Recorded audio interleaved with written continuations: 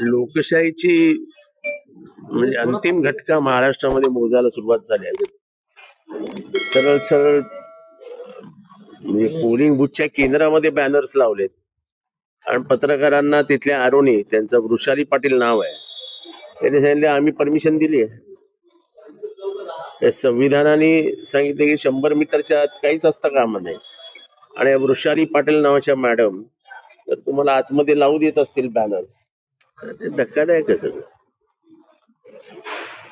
एकंदरीतच प्रशासकीय यंत्रणेवरचा प्रचंड दबाव आणि निवडणूक आयोग हे म्हणजे मला शब्द नाहीत त्यांच्यासाठी वापरण्यासाठी.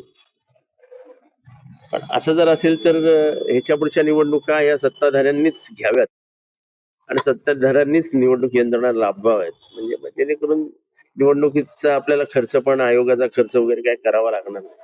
अनेक ठिकाणी ईव्हीएम मशीन बंद पडलेले आहेत. ईव्हीएम मशीनला करंट लागतो, ईव्हीएम मशीन बंद आहेत, लोकांच्या रांगा आहेत, ईव्हीएम मशीन स्लो सुरू एक दीड तास. मी तुम्हाला तेच सांगतो ना की निवडणूक आयोग हे मस्करी झाली आहे. निवडणूक आयोगाने या देशाच्या राजकारणाचं, डॉक्टर बाबासाहेब आंबेडकरांच्या लोकशाहीचं वाटोळं करून टाकलं. 12:30 वाजेपर्यंत फक्त जिल्ह्यामध्ये 19% मतदान झालंय. कुठेतरी मतदारांची टक्केवारी वाढण्यात अपयशी पडता येत आहे. हळूहळू टक्केवारी पण वाढणार नाही, टक्केवारी पण होणार नाही, लोक मतदानालाच येणार नाहीत. कारण का जिवंत लोकशाहीचं जी काही लक्षणं असतात ती दिसतच नाहीये. दादागिरी, पैशांचं खुलेआम वाटप, अधिकाऱ्यांचं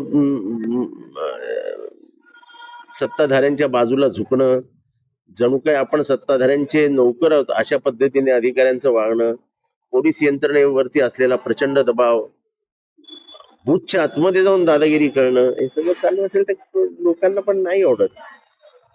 मंत्रिमंडळातले मंत्री आहेत गणेश नाईक, त्यांचंच नाव नाहीये, गणेश नाईकांचं नाव नाहीये. मतदार यादीमध्ये नाव नव्हतं.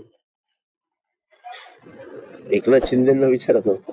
तर नोटा संदर्भात याचिका दाखल केलेली होती, मात्र कोर्टाने सांगितलं की तुम्ही त्या ठिकाणावरचे मतदार नाही, त्यामुळे ती फेटाळले कोर्टाने. नाही, मला माहित नाही. याच वृषाली पाटील यांच्या विरोधात अगोदर देखील कारवाई. मी स्वतः या वृषाली पाटीलांविरुद्ध सांगितलं होतं की या वाटेल ते करतात, वाटेल तशा वागतात, काहीही निर्णय देतात. पण निवडणूक आयोगाला लक्षच द्यायचं नाही. निवडणूक आयोगाला हे म्हणजे या त्या प्रक्रियेच 12 वाजवायचे, त्याला आपण काही. तुमच्या मुलींनी देखील आरोप केले की निवडणुका कशाला घेता, निवडणुका घेऊच नका, काय फायदा. पण मी तर अजूनही म्हणतो की निवडणुका घेऊच नका. सत्ताधारी पक्षाला सांगा की तुम्ही घ्या निवडणुका आणि निवडून या. उद्याचं काय चित्र असेल ठाणे आणि मला काय फार आशा म्हणजे फार काय आशा नाहीत.